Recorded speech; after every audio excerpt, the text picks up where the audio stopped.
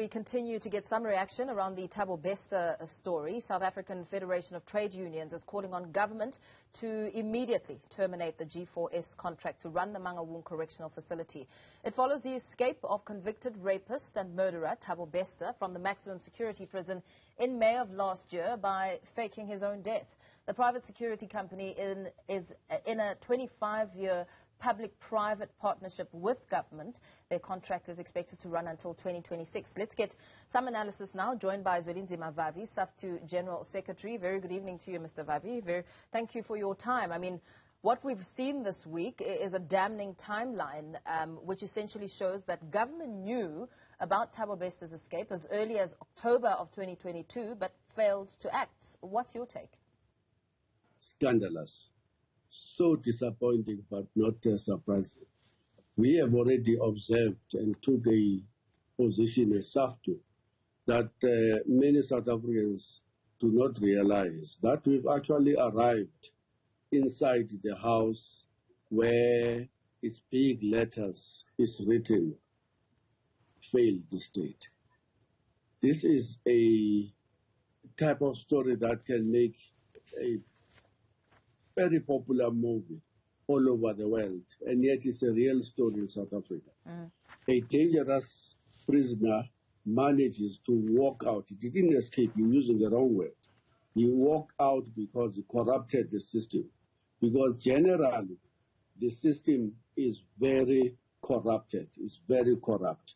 And one time you must get to talk to the correctional services officials to tell you the type of stuff that is unfolding in our prisoners, the type of money that these guys have access to, that they are able to operate from inside the prison. This story of Thabo Bester doesn't surprise us at all, because we listen to these tales of frightening stories about what is happening in our prisons from within our unions. That's the first point. He walks out of prison in May. Only in October does the minister get told.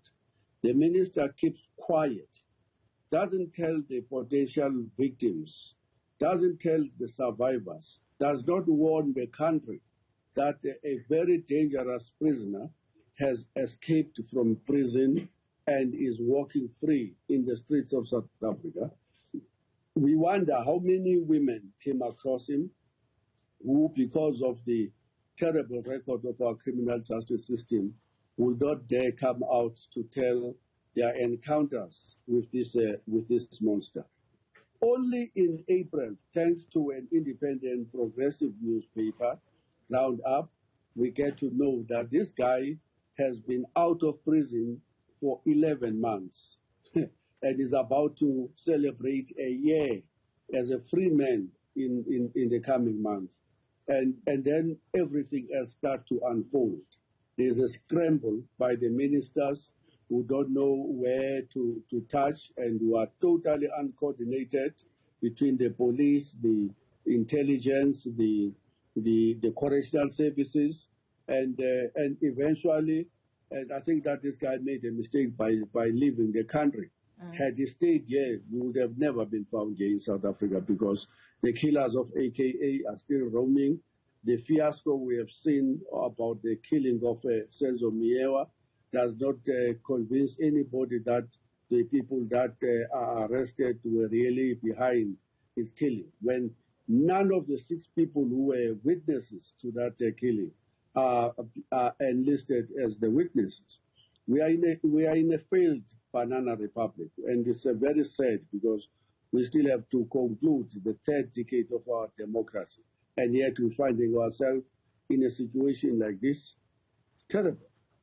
Are you saying that you believe that perhaps the higher echelons of correctional services, that the real orchestrators perhaps will not be found because he couldn't have operated on his own?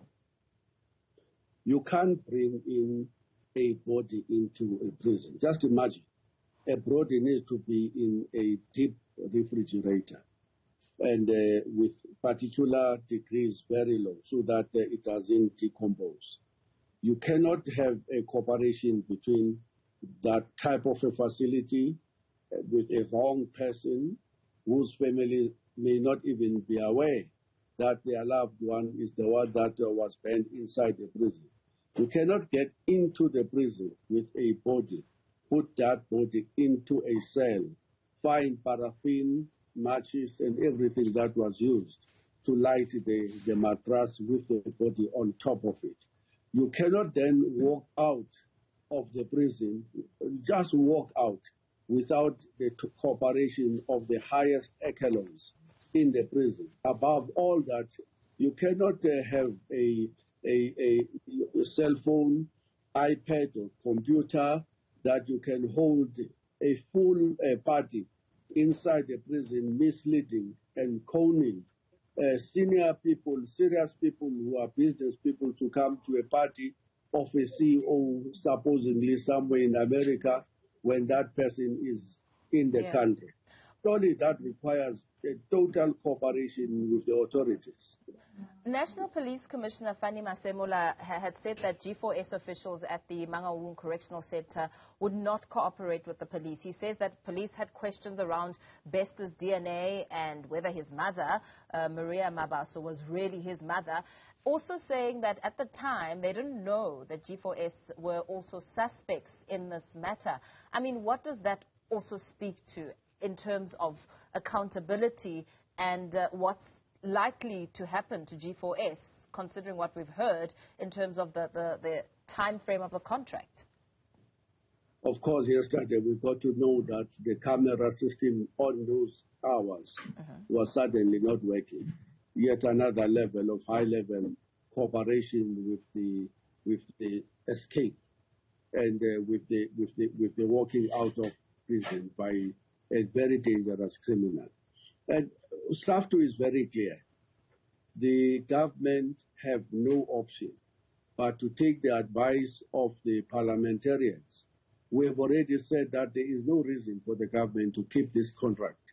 It has to be cancelled because G4S has simply failed every term of that contract.